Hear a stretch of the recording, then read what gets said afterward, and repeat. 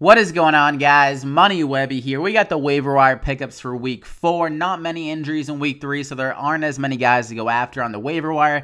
Kind of thin, so maybe you can get some of the guys that were on the wire over the last few weeks. Maybe they're still available in your leagues, but I got some guys for you to go and pick up. Maybe you need a streamer at tight end or quarterback due to injuries or something like that, or a quarterback and tight end just aren't getting it done. I got some options there as well. So let's run through the injury report for week 3. First off, leave a like on the video if you could. It really helps out the channel in these videos so I can keep these coming for you guys, and subscribe to the channel if you are new here to get these waiver wire pickups every single week. And I also do my favorite DraftKings plays and DFS plays every single week, so definitely subscribe to get those. So let's run through the injuries in week 3. Not many serious ones, some kind of like nicks and bruises, some aggravations of injuries. First off, Julio Jones, he got injured. He gets hurt like every week, but it's usually not that serious. So he got a back injury, so monitor that if you have Julio, but he should be okay. He's always kind of banged up. Kelvin Benjamin, this one was kind of scary. He got a knee injury, and the same knee that he got ACL surgery on 2 years ago,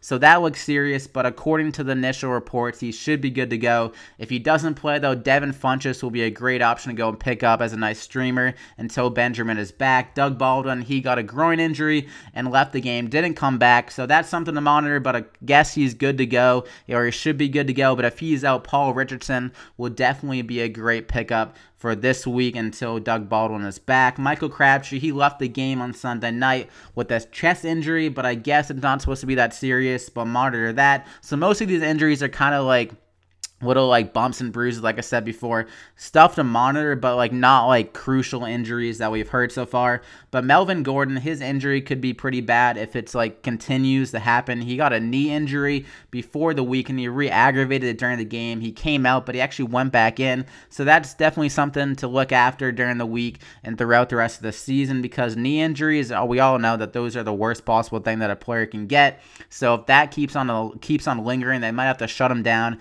and go with Brandon Oliver. The Chargers are already 0-3, so I feel like they wouldn't want to push Gordon too hard if he decides to shut it down. So definitely keep an eye on that. You could try to stash up Brandon Oliver right now before the news comes out, so you get there early. So I would definitely look at Oliver. And then they also have the rookie. I can't think of his name, but Brandon Oliver is the guy you want to get right now. And then Matt Forte, he got a toe injury. It's not supposed to be serious, but if he is out, Bilal Powell, if anyone in your league dropped him, he'll be the benefactor of that and be starting, get some more snaps. So keep an eye on Forte's injury.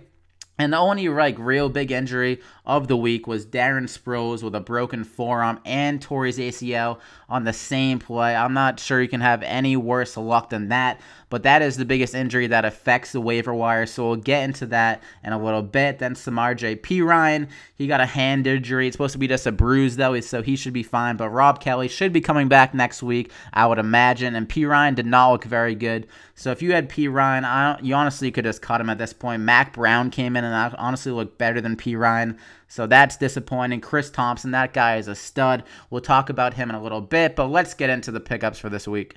So the top waiver wire pickup based on this week is going to be Wendell Smallwood. This is assuming that guys like Chris Thompson, Chris Carson, and Deontay Foreman aren't still available on your waiver wire. But how I would rank those guys is Chris Thompson #1, especially in PPR. That guy looks great, very shifty. Just every time he catches the ball, he's making a crazy play. So Thompson, if he's available, definitely go pick him up. And then Chris Carson would be #2. It seems like he has solidified the top running back role on that offense. And then CJ Prozise being that receiving back, that change of pace guy out of the backfield. So Thompson will be #1. Chris Carson #2. Then Smallwood would come in #3 to pick up at running back. And then Deontay Foreman at #4. Lamar Miller is going to be overtaken by Foreman sooner rather than later. So Smallwood, let's talk about him. I think he is the one guy that's going to be available on your waiver wire. So with Darren Sproles out for the year, Smallwood is going to get a big boost in snaps. We saw that last week. 43 out of the 77 total snaps for the Eagles offense. But his upside is not that great because the Eagles like to use a committee at running back. Now they got Smallwood.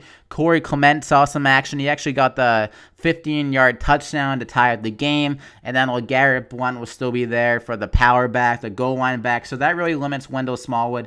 But he does have the biggest upside considering he'll be on the field the most for this Eagles team. And so I think he'll be leading the team in snaps every single week like Darren Sproles was before he went down. He can do a little bit of both. He can run. He can catch the ball.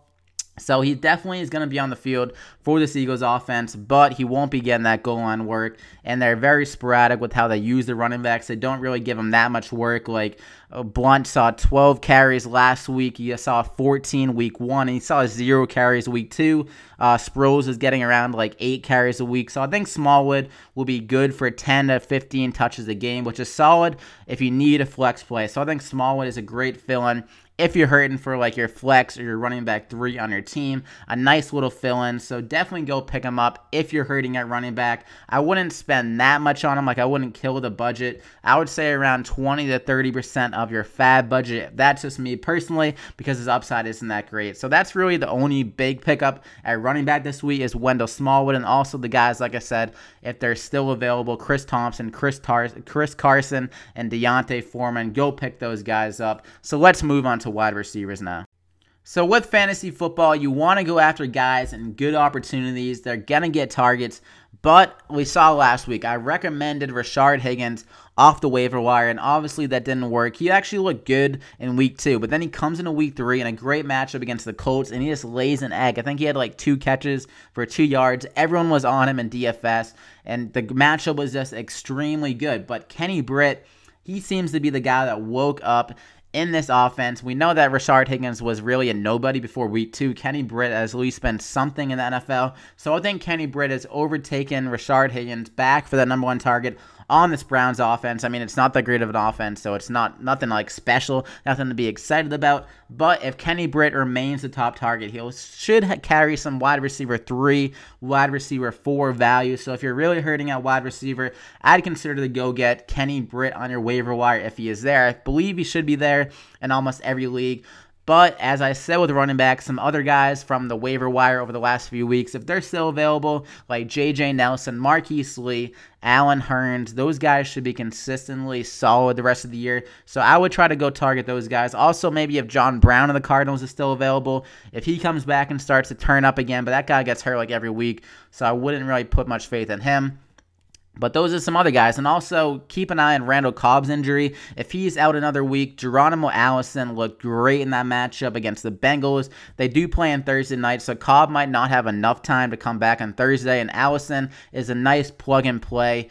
If you're hurting a wide receiver, I think he could have another solid game against the Bears. So keep that in mind. Kenny Britt can go pick him up. Geronimo Allison, and then J.J. Nelson, Marquise Lee, and Allen Hurns, if they're still there, go pick them up. And also a guy you can stash on your bench. Josh Doxson had a crazy catch, like a Randy Moss type catch in the Sunday Night Football game. And his snaps keep on going up week by week. Terrell Pryor has been very disappointing for the Redskins. So Doxson is a guy you can keep an eye on. You can go stash him on your bench, because he did have that talent coming out of college, and he might be like finally getting healthy, so you can keep an eye out on him, but we don't know like how he's going to continue to progress in an offense. But if you need a stash, I would consider him. So that's really it at wide receiver. So let's move on to some streaming options at tight end. There's some guys that broke out in this week, so let's get into that. So the first guy at tight end that I'm looking at is going to be Ryan Griffin on the Texans. Had a nice week against the Patriots. Went 5 for 61 with a touchdown on 6 targets. And with Deshaun Watson, he's not a guy that really pushes the ball down the field. So I think Griffin will be a consistent target for Watson in this offense. And last year, Griffin wasn't that bad, but CJ Fedorowicz was on that offense with them, so he's kind of taken away from that. Really couldn't see the upside in the offense with Griffin, but with Fedorowicz on the IR, I think Griffin could really expand his role on this team.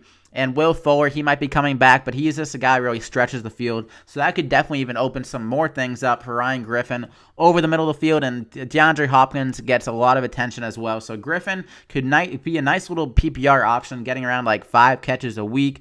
And he has a nice little matchup against the Titans this week. They let Jimmy Graham have like a 7 for 79 game against them. So Ryan Griffin, a nice streamer at tight end. And also another guy, came off the suspension, whatever. Austin Seferian-Jenkins, 5 for 31 in this game with 6 targets. We have seen Josh McCown feed the tight end before with Gary Barnidge on the Browns. Barnidge had a career year, had insane numbers. Seferian-Jenkins, I'm not sure if he can approach those numbers, but I think he'd give me a solid option for this Jets team that should be working from behind every single week. Somehow they beat the Dolphins 20-0, but I don't see that happening again for the rest of the year, like maybe 1 or 2 more wins.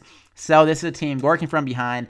Austin Seferian-Jenkins, one of the better weapons on their team with Jermaine Kearse, and then they got the running backs out of the backfield. So he could easily be the second option on this team behind Kearse if he used that talent that he had coming out of college to really develop himself in this offense. So I like Seferian-Jenkins as a nice streamer, but another guy I really like is Vernon Davis. This is only if Jordan Reed is out, obviously, but he looked very good in a Sunday Night Football game, and we saw last year when Jordan Reed was out, he did very well. He had some good games. So Vernon Davis, a guy that is still quick, still fast. He is still showing flashes of his old self. I think he could continue to be good without Jordan Reed. I mean, I don't even think they need to rush Jordan Reed back just because he gets injured so much. I think they'd want to keep him for a little bit later in the year, kind of like go easy on him, then have Vernon Davis continue to hold down the fort for the offense. So I really like Vernon Davis. He's probably one of my favorite streamers of the week if Jordan Reed is out.